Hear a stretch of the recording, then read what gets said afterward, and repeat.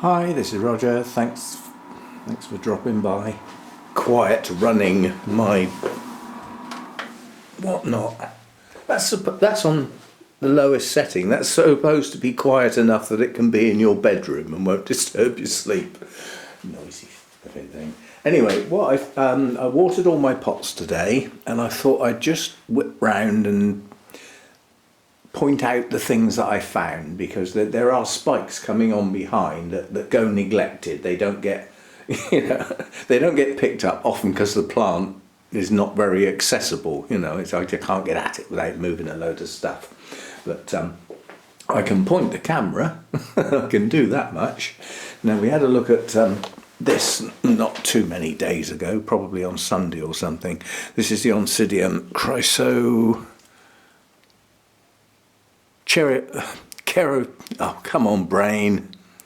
Cherophorum, or Cherophorum, however you want to say it.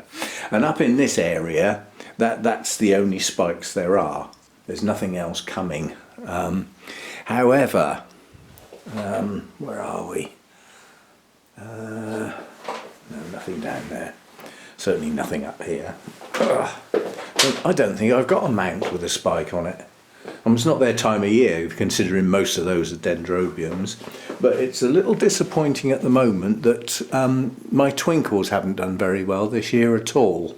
I'm going to have to do something with those. They're just not doing as well as they once did. They need looking into, basically. I'm sort of thinking that first of all, they started their new growths really late. The fact that they started them really late means they're not mature, so they're not going to spike now. And I'm just wondering whether to just literally get them off their mounts now. They've all got new growths growing, so there would be new roots around, and they haven't matured those bulbs yet. And the fact that I've got a lot more light in here than I had in the other place, they should carry on growing well into the winter, which should give them time to get going perhaps, but they're certainly not doing as well as they have once done. Now up the back here, fragrance on that radiator just hits you as you go past it. And I mean hits you, like nearly knocks you flat. There's a giant zygo there with a nice spike coming. So I don't think we've had a look at that before. So there's a zygo spike to come. I can't remember which one that is, and it hasn't got a tag on it. It might be the Louisendorf, I'm not sure, but we'll find out when it comes out in bloom. So I've got quite a few zygos that are just hybrids. They have no ID, so I'm just dealing with a mealybug that was right under my nose at that point. Now we've got the spike on this is the orange Vanda, so that spike's pushing on. That's coming on that tatty looking plant. Again, nothing on the mounts over here, apart from the one, again, we looked at that on Sunday because that is a first time bloomer, Epidendrum lanapes. So we'll have some blooms on that. I haven't got a clue what they're like, but there's that to come. And just backed into the air cleaner. And then there's nothing over here. There is, but it's hiding. I'm pretty sure that this is Brassivola David Sanders. I'm pretty sure that one of these new growths is going to bloom.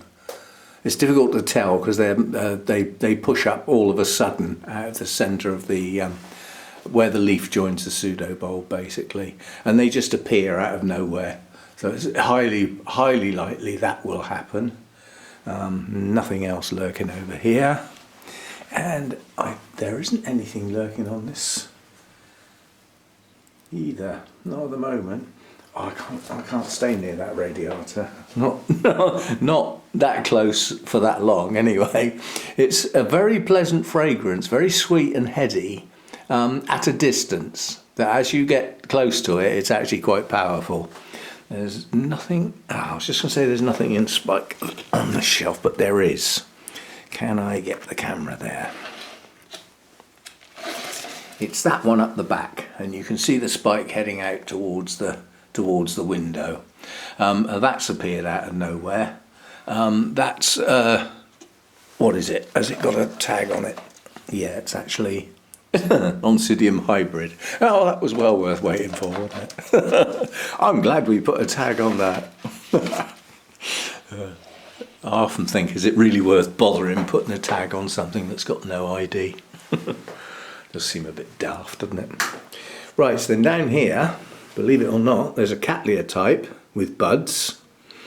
I'm hoping they're going to open because I don't know what that is. It's one of the rescue ones that lost all its roots.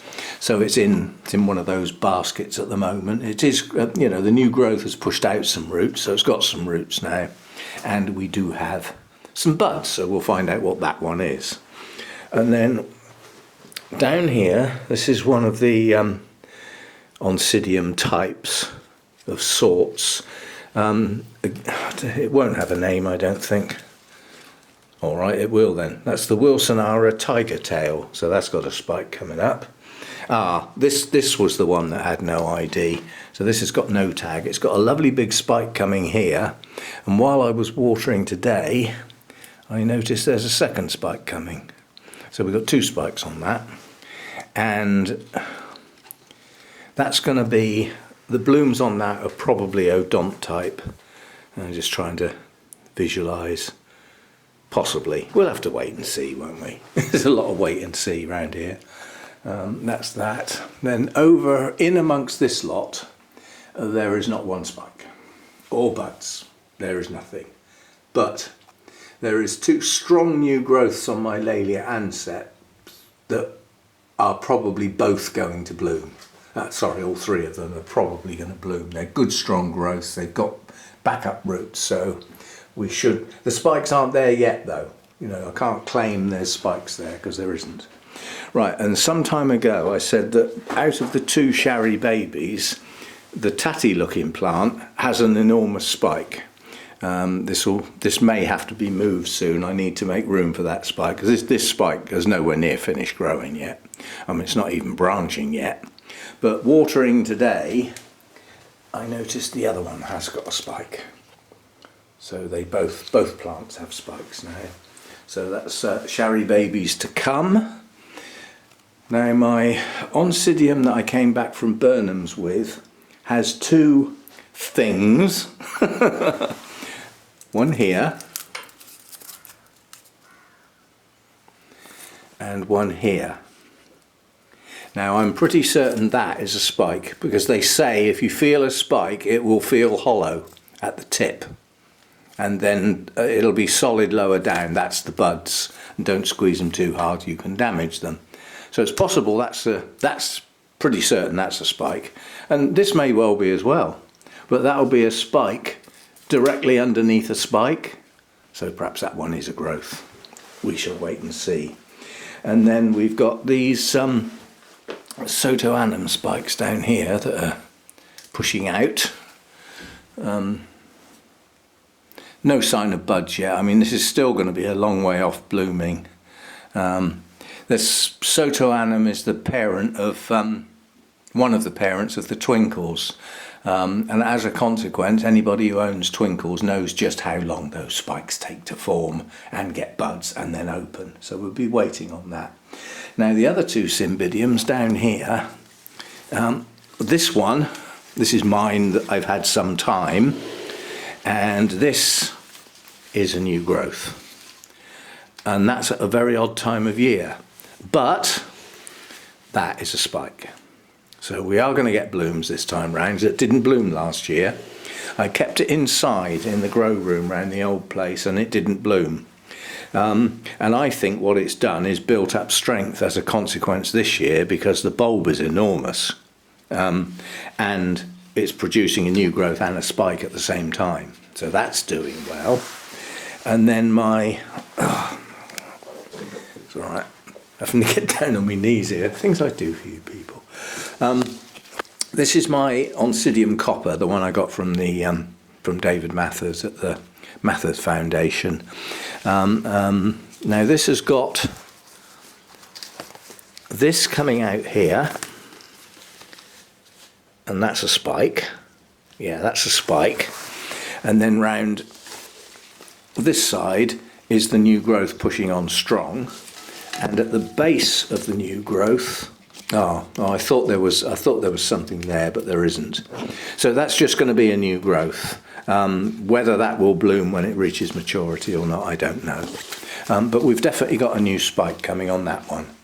So we've got spikes on both of the Cymbidiums that aren't in bloom at the moment. Oh, and another spike coming on the one that is in bloom. I took one of the spikes off of this one today because the blooms were fading quite badly. And, there's two more with buds that have just opened, so they should last a reasonable amount of time. That's the theory anyway. And I'm hoping that the reduction in the humidity is going to stop this. So I'm getting damp patches on the Cymbidium blooms, which I can do without. Doesn't seem to be affecting anything else, but certainly affecting those. Anyway, yeah, so there's an amount to come.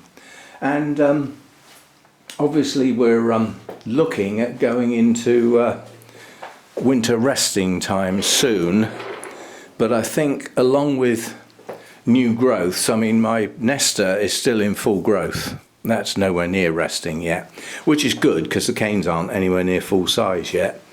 And there's other dendrobiums in a similar boat. It's just so much is late. And all I can think of is that it was the shock of the move and the change in environment, which was quite dramatic. And that must have upset the balance of the plants, because they went from my other grow room, which even in the winter was getting some sun on it and therefore getting quite warm during the day, and consequently was still quite heavily shaded. And they suddenly came to somewhere that was a lot cooler and airier and much, much brighter. Now that must have been confusing for a lot of the plants, because they must have thought, oh, much brighter days. Is it spring? Well, no, it can't be, because the days aren't long enough. The days are still short, but it's bright. And then you sort of think, but then there's no warmth. The temperatures have actually gone down, not up. So I think a lot of the plants just got totally confused as to what the seasons were. And hopefully when they come out the other end of this winter, they will acclimatise to what spring is like here, which is quite different to what it was like in the other grow room. And I was going to say, and last but not least, sticking up here, we've obviously got the big blue Vanda spike coming on, so that's good. And we've got, these aren't spikes, these are buds, but we're about to have quite a massive outbreak of Victoria Regina up on this cane. That's just decided to have a good go. So there's a few things around and to come, and I think the Cattleyas are going to wait till next year now. The one that has the bright red blooms looks like it might get some buds later in the year. The Laelia anceps will definitely, at least one of those new growths will bloom. I suspect all three will. They'll probably split the difference and get two. And then obviously, it's still only September. We're already thinking about autumn and going into winter. But I do have this problem with, it's still bright, it's still light, the days are still quite long, it is still growing season, but I've lost my daytime temperatures. I'm lucky to get 20 degrees now. Well, I'm lucky today, it is actually 20 degrees in here today. But that's about as high as it gets now without the sun hitting the glass and hitting the roof, so that's my daytime temperature. But I've still got a good differential between day and night, because obviously the nighttime temperatures are dropping down. So yeah, and the new dehumidifier is doing a grand job. It is actually keeping the humidity down overnight, which is when it's going to do its most damage because of the low temperatures. It's producing some free, reasonably usable water, although you can't use it there and then because it's freezing flipping cold. It has to be warmed up first, or allowed to get warm, one or the other. And I was up very early this morning. I needed to go to the loo, and it was 4:10, And I know if I go back to bed at 4:10, I'm not going to go to sleep. So I didn't bother. I came downstairs, did some work on the computer. And all of the time I was up this morning, the dehumidifier was kicking in and out, doing its job nicely. And the heater didn't come on once. So I'm saving a lot of energy by not having the heater, stopping it getting too cold in here, and using the dehumidifier instead.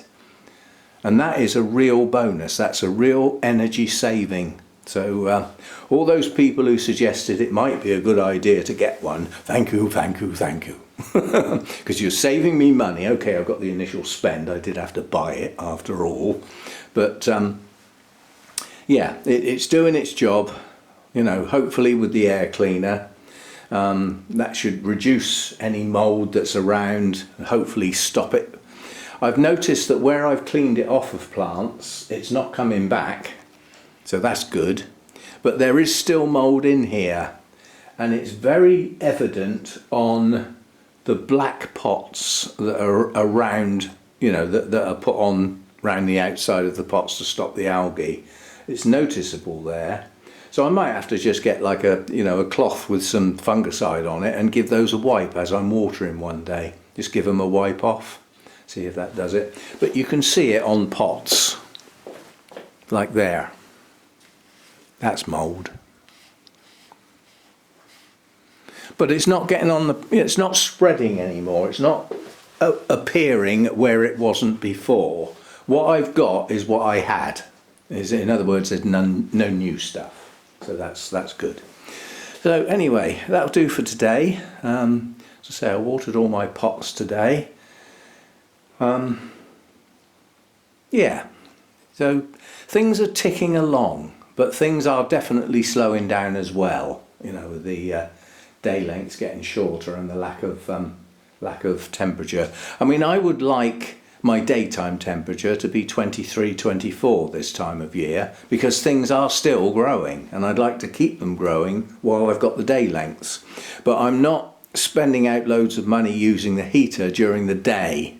You know, I mean, I've got a good differential between day and night. If I can get sort of 18, 19, 20 during the day and it's going down to sort of 12, 13 at night, that's a good differential. And as I said, the day lengths are dropping like a stone at the moment. They really are getting short now.